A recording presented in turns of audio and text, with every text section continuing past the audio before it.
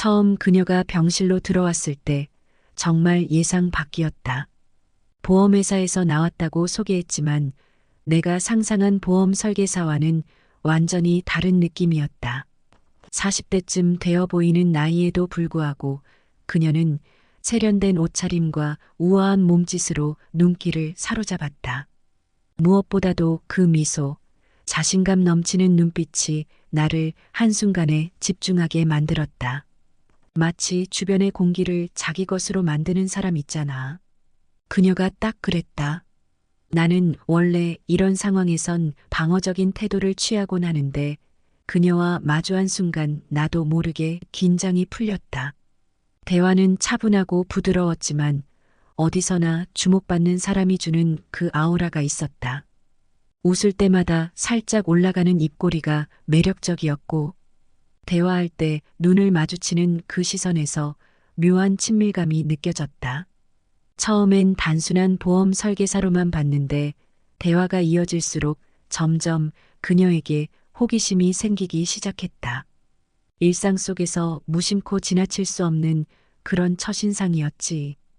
교통사고로 병원에 입원했을 때 어느 날 갑자기 그 여자가 내 앞에 나타났다. 보험회사에서 나왔는데 잠깐 얘기 좀 할 수 있을까요? 라고 물어보는 그녀의 첫마디에 솔깃해졌다. 심심하던 차라 별 생각 없이 그래요. 뭐하고 대답했지. 그런데 웬걸 생각보다 굉장히 매력적인 외모에 말투도 부드럽고 뭔가 여유 있는 느낌이 물씬 풍겼다. 그냥 보험 얘기만 하고 끝날 거라 생각했는데 대화가 심상치 않게 흘러가기 시작했다. 처음엔 보험 설명을 10분 정도 하더니 갑자기 나를 보며 상철 씨 결혼하셨어요? 하더라. 나는 살짝 당황해서 아니요 하고 대답했는데 그녀는 거기서 멈추지 않았다. 여자친구는 있나요? 어디 사세요? 차는 뭐 타세요? 질문이 꼬리에 꼬리를 물었고 내 이름을 계속 부르며 대화를 이어가는 그 분위기. 심장이 두근대기 시작했지. 그러더니 갑자기 저 몇 살로 보이세요? 라며 웃음기 어린 얼굴로 물어왔다. 순간 머릿속에 계산기가 돌아가기 시작했지만 대충 나이를 맞추기엔 이 여자의 자신감에 휘말려서 한 30대 중반? 이라고 했더니 그녀는 피식 웃으며 에이 아쉬워요 하더라. 그 후로도 대화는 30분 넘게 이어졌고 보험 얘기보다는 사적인 얘기가 대부분이었다.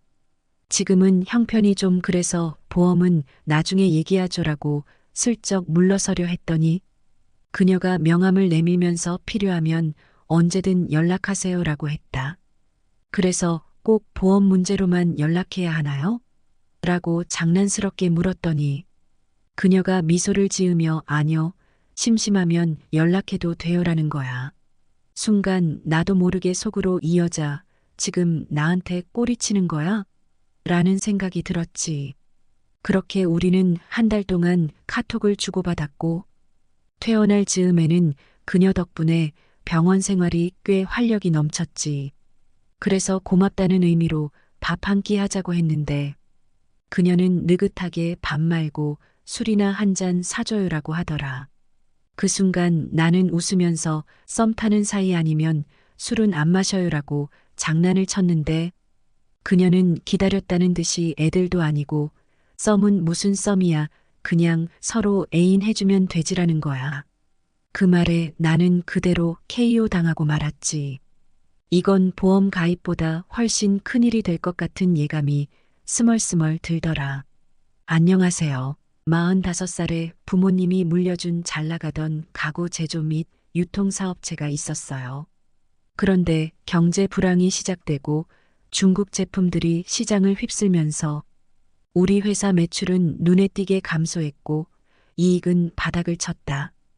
결국 회사는 부도났고 나는 한순간에 전 재산을 압류당하고 나서부터 모든 것이 변했다.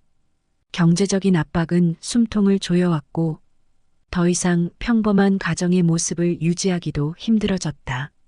돈이 부족하니 모든 게 문제였다. 매일매일이 긴장의 연속이었고 사소한 일에도 감정이 날카로워졌고 서로에게서 점점 멀어지고 있었다. 예전에는 소소한 대화로 웃고 함께 계획을 세우며 미래를 그리던 우리였는데 이젠 그저 서로의 존재가 무거운 짐처럼 느껴졌다. 우리가 어떻게 이 지경까지 왔을까? 그 순간 나도 뭐라고 대답할 수 없었다. 사실 나 자신조차도 어떻게 여기까지 왔는지 모를 정도로 혼란스러웠으니까. 우리의 대화는 더 이상 문제를 해결하려는 노력이 아닌 끝이 다가오는 신호들로 가득했다. 재정적 어려움이 커질수록 아내의 불안감도 커졌다. 이렇게 계속 살 수는 없어라는 말을 자주 했고 점점 대화도 줄어들고 이해보다는 오해가 쌓여갔다. 우리는 서로의 마음을 제대로 전하지 못했고 그 결과 갈등은 더 커졌다. 아내는 미래에 대한 불안감과 절망 속에서 점차 이혼을 이야기하기 시작했다. 그리고 결국 그날이 왔다. 아내가 나 이제 정말 지쳤어라고 말하던 순간이 나는 무언가를 돌려놓을 힘조차 없었다. 아내는 아들을 데리고 친정이 있는 미국으로 떠나겠다고 했다. 그 말을 들었을 때 나는 그저 멍하니 앉아 있을 수밖에 없었다. 어쩌면 나도 이미 오래전부터 알고 있었던 결과였지만 현실로 다가온 그 순간은 생각보다 더 가혹했다. 아내는 떠나기 전에 마지막으로 이렇게 말했다. 우리가 함께한 시간이 소중했지만 이제는 서로에게 더 이상 기대할 수 없을 것 같아. 그 말을 남기고 그녀는 아들과 함께 미국행 비행기를 탔다. 그녀가 떠난 뒤 텅 빈 집에 남겨진 나는 그동안 쌓였던 모든 감정들이 한꺼번에 무너져 내리면서 더 큰 공허함 속으로 빠져들었다. 몇몇 지인들이 돈을 조금씩 모아줘서 3천만 원 정도는 손에 쥘 수 있었지만 내게 재산은 그게 전부였다. 나는 지방으로 내려가서 월세 20만 원짜리 허름한 원룸을 구하고 몇 개월 동안 부도난 회사를 살리겠다고 안간힘을 썼다. 이 사람 저 사람 붙잡고 상담도 하고 현실적인 해결책을 찾으려고 했지만 상황은 점점 더 악화되었고 결국 회사는 내 손을 떠나고 말았다. 그나마 가지고 있던 현금마저 바닥이 났다. 처음에는 새벽 인력 시장을 통해 막리를 하러 다니며 힘든 노가다를 하기도 했다. 하지만 노가다는 생각보다 훨씬 더 힘든 일이었다. 새벽 인력 시장을 찾아가면 온갖 종류의 일들이 기다리고 있었고 그날 어디로 불려갈지 모르는 상황이 반복됐다. 몸은 점점 지쳐갔지만 그때는 다른 선택지가 없었기에 어떻게든 버티고 있었다. 하지만 그게 불가능할 정도로 허리가 점점 나빠졌다. 보름 정도 지나서 하루는 중노동을 마친 뒤 집으로 돌아오는데 허리가 끊어질 듯한 고통이 밀려왔다. 처음엔 대수롭지 않게 생각했지만 다음 날 아침에 일어나니 제대로 몸을 가눌 수 없었다. 결국 노가다도 그만둬야 했다. 내 몸이 버티질 못하니까 말이다. 더 이상 막일은 할 수 없다는 사실이 나를 절망으로 몰아넣었다. 하지만 생계를 유지해야 했기에 다음 선택은 택시였다. 법인 택시 면접을 보고 다행히 그 일은 나한테 잘 맞았다. 꾸준히 일하면서 잡생각 안 하려고 최대한 열심히 살았다. 그런데 재수가 없으려니 어느 날 신호 대기 중에 가만히 서 있는데 갑자기 뒤에서 차가 쾅! 술 먹은 놈이 내 택시를 뒤에서 들이받은 거다. 그 순간 얼마나 황당했는지 모른다. 가만히 있는 차를 들이박는 걸 보니 참, 내 운도 여기까지인가 싶더라. 내가 교통사고로 병원에 입원해 있던 어느 날, 낮에 밥을 먹고 약 기운에 살짝 졸음이 밀려오려는 순간 병실 문이 조심스레 열렸다.